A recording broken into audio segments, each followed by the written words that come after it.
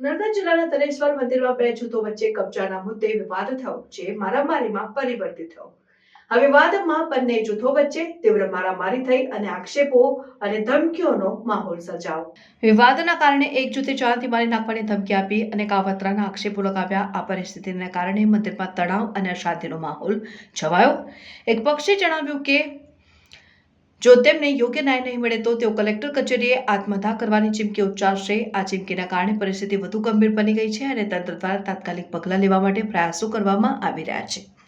સ્થાનિક પ્રશાસન અને પોલીસ તંત્રે ઘટનાની જાણકારી મેળવીને તાત્કાલિક સ્થળ ઉપર પહોંચી પોલીસ દ્વારા બંને જૂથોને શાંતિપૂર્ણ રીતે વિવાદનો ઉકેલ લાવવા માટે સમજાવટ કરવામાં આવી રહી છે. આ વિવાદને કારણે તનેશ્વર મંદિરમાં ભક્તો અને સ્થાનિક લોકોમાં ભય અને અશાંતિનો માહોલ છે.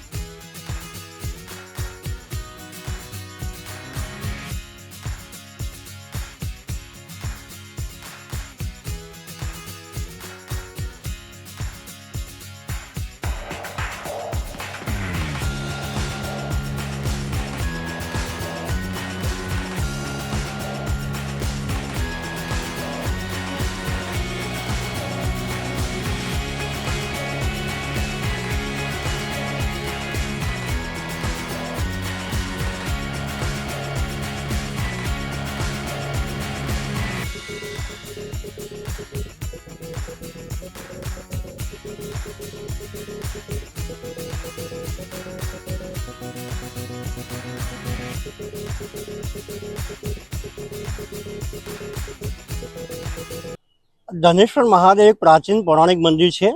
એક ગામનું મંદિર છે, કોઈ વ્યક્તિગત માલિક નથી.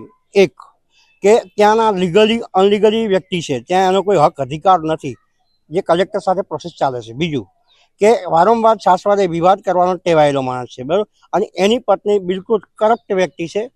આપણે ન કહીએ એવી ભાષામાં, પણ એ વ્યક્તિ યોગ્ય નથી. માટે આ વારંવાર એની બૈરી દ્વારા મારી પર હુમલા કરી અને મને બદનામ કરી અને મારું સ્થાન હડપ કરવાની કોશિશ કરી રહ્યા છે. એમને એવું બી આક્ષેપ છે કે તમે એમનું મર્ડર કરવાની એક સાજિશ રચી રહ્યા છો. શું છે વાતમાં? આ સદંતર વાત ખોટી છે.